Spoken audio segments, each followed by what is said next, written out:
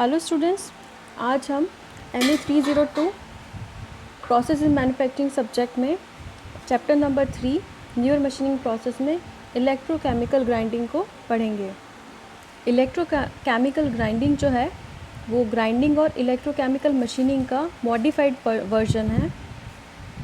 इस प्रोसेस में जो मशीनिंग होती है वो दो प्रोसेस का पार्ट होती है। एक होता है ग्राइंडिंग एक्शन और दूसरा होता है इलेक्ट्रोकेमिकल एक्शन। इन दोनों एक्शन से machining that means material removal होता है। इलेक्ट्रोकेमिकल ग्राइंडिंग के अंदर एक मेटल बॉन्डेड ग्राइंडिंग व्हील होता है जिसके अंदर नॉन कंडक्टिव एब्रेसिव्स पार्टिकल को इंसर्ट किया होता है, इम्प्रेग्नेटेड होता है और उसे हम कैथोड बनाते हैं और यहाँ पे वर्क पीस को एनोड बनाते हैं। इलेक्ट्रोलाइट जो होता है जो कि generally sodium nitrate, sodium chloride, sodium nitride, potassium nitride,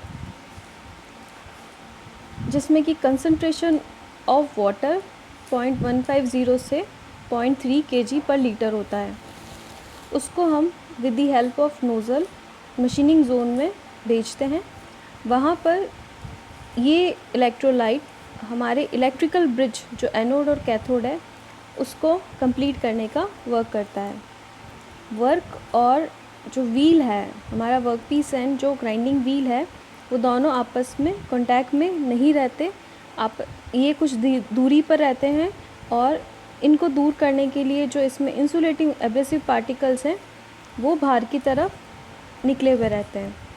एक कांस्टेंट गैप को मेंटेन किया जाता है जो कि होता है 0.025 mm, जिसमें से कि इलेक्ट्रोलाइट की स्ट्रीम को डायरेक्ट किया जाएगा।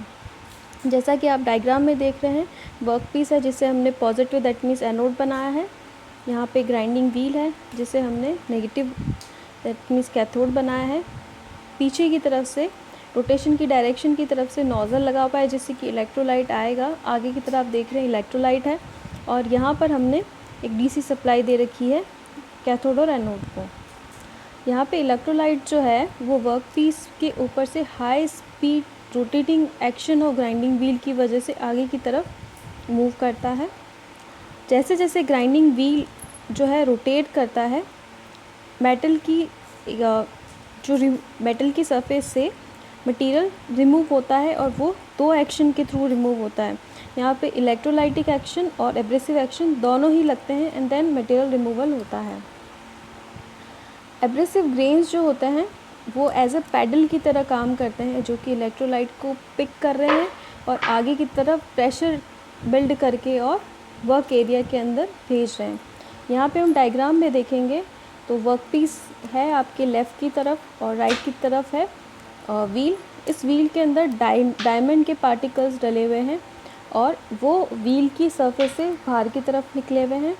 और देखेंगे इस व्हील की जो व्हील है उसकी सरफेस के अंदर सेमी कंडक्टिव ऑक्साइड की लेयर है जिसमें कि छोटे छोटे पॉर्स हैं और वो पॉर्स की मदद से ही इलेक्ट्रोलाइट को अब्जॉर्ब करता है। यहाँ पे इलेक्ट्रोलाइट जो है ये स्मॉल कैविटीज़ जो है सेमी कंडक्टिव ऑक्साइड के बीच में यहाँ पे ट्रैप हो जाता है और यहाँ पर हम देखेंगे नॉन कंडक्टिव एब्रेसिव्स, ये दोनों चीज़ें मिलकर एक इलेक्ट्रोलाइटिक सेल को प्रोड्यूस कर देते हैं। जब सेल्स कांटेक्ट में आते हैं वर्क सरफेस के करंट फ्लो होता है फ्रॉम व्हील टू वर्क। इससे इलेक्ट्रोकेमिकल डिकम्पोजिशन वर्क का स्टार्ट होता है और उससे ही मटेरियल निकलता है। यहाँ पे हम व्हील और वर्क के बीच में शॉर्ट सर्किट जो हो उसको प्रिवेंट करने के लिए एब्रेशन जो पार्टिकल है उसका पॉइंट कांटेक्ट वर्क सरफेस से बना के रखते हैं। यहाँ पे हम देखेंगे जो हमारा कटिंग एक्शन हो रहा होता है वो 10% होता है एब्रेसिव कटिंग के थ्रू और 90% होता है इलेक्ट्रोलाइटिक एक्शन के थ्रू। ग्राइंडिंग व्हील्स जो यूज़ हम करते हैं कन्वेंशनल शेप और स्ट्रक्चर का ही होता है और उसमें मेटल बॉन्ड होता है। डायमंड ग्रिड व्हील जो होते हैं उनको हम जनरली टंगस्टन कार्बाइड टिप्स को ग्राइंड करने के लिए यूज़ करते हैं। जो कार्बन बॉन्ड व्हील्स होते हैं उनका यूज़ हम हार्ड एलॉय स्टील जैसे कि स्टेनलेस स्टील को मशीन करने के लिए यूज़ करते हैं। यहाँ पर व्हील का वियर नेग्लिजिबल होता है, क्योंकि जो यहाँ पर मटेरियल रिमूवल होता है इलेक्ट्रोकेमिकल ग्राइंडिंग प्रोसेस में, उसका बहुत स्मॉल पार्ट ही ग्राइंडिंग व्हील के एब्रेसिव एक्शन के थ्रू होता है, और जो ज़्यादा पार्ट होता है वो इलेक्ट्रोलाइटिक एक्शन के थ्रू होता है। इसलिए हमें व्हील की जो ड्रेसिंग करने की रिक्वायरमेंट होती है वो भी बहुत कम होती है। व्हील और उसके स्पिंडल, बियरिंग, इन सबको हम इलेक्ट्रिकली इंसुलेटेड रखते हैं मशीन फ्रेम से, और सप्लाई जो प्रोवाइड की जाती है करंट की वो स्लिप रिंग्स के थ्रू कराई जाती है। इस मशीन का जो स्ट्रक्चर है वो सरफेस ग्राइंडर या टूल एंड कटर ग्राइंडर के जैसा होता है। इसके अंदर यूज़ आने वाले इक्विपमेंट्स में एक टैंक होता है, एक फ़िल्टर होता है, एक पंप होता है जो कि इलेक्ट्रोलाइट की सप्लाई करता है, और एक पावर यूनिट की रिक्वायरमेंट होती है जो कि हैवी डीसी करंट को डिलीवर करने के लिए चाहिए होती है। यहाँ पे जो हम करंट अप्लाई कर रहे होते हैं वो 50 से 3000 एम्पेयर की रेंज में और 4 to 10 वाट की कैपेसिटी में हम अप्लाई करते हैं। इलेक्ट्रोकेमिकल ग्राइंडिंग की एप्लीकेशंस क्या क्या होती हैं? ऐसा कोई भी मटेरियल जो कि इलेक्ट्रिकली कंडक्टिव है और उसमें इलेक्ट्रोलाइटिक प्रोसेस हो सकता है, हम उधर अप्लाई कर सकते हैं।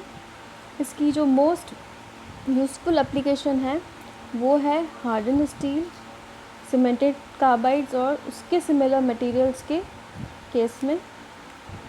हम कार्बाइड टूल्स या अदर मटेरियल्स जो कि डिफ़िकल्ट टू ग्राइंड है उसकी रीशार्पनिंग और रिकंडीशनिंग के लिए इसका बहुत ज़्यादा यूज़ करते हैं, क्योंकि इस ग्राइंडिंग प्रोसेस के अंदर जो प्रेशर है, ग्राइंडिंग प्रेशर, वो बहुत लो होता है।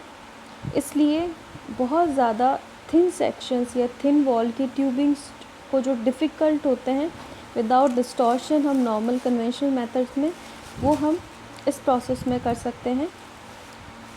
इलेक्ट्रोकेमिकल ग्राइंडिंग के एडवांटेजेस क्या क्या होती हैं? पहली, यहाँ पे जो वर्क हमें मिलता है, वर्क पीस आफ्टर वर्क जो हमने मटेरियल रिमूवल किया है यहाँ, उसके ऊपर कुछ भी बर्स नहीं होती, कम्प्लीटली फ्री ऑफ बर्स होता है। सेकंड, क्योंकि यहाँ पे हीट जनरेट नहीं होती, इसलिए हीट क्रैक्स या डिस्टॉर्शन जो कि हीट की वजह से डेवलप होता है वो हमें वर्क सरफेसेस में नहीं मिलता। यहाँ पर वर्क पीस के ऊपर जब हम काम कर रहे हैं तो उसके ऊपर बहुत लिटिल प्रेशर एक्सर्ट किया जाता है। जो हमारा व्हील है उसके ऊपर वियर नेग्लिजिबल फाउंड होता है। जो मटेरियल रिमूवल रेट है हार्ड मटेरियल्स में वो बहुत हाई हमें मिलती है। डिसएडवांटेजेस क्या है इलेक्ट्रोकेमिकल ग्राइंडिंग की? इसकी जो इनिशियल कॉस्ट है या ओवरऑल कॉस्ट है वो बहुत ज़्यादा हाई होती है। मटेरियल रिमूवल की रेट्स कंपैरेटिवली बहुत लो होती है, जो कि 15 मिलीमीटर क्यूब पर सेकंड है, और इस सिस्टम के अंदर जो पावर कंजप्शन है वो बहुत ज़्यादा हाई होता है। Thank you students.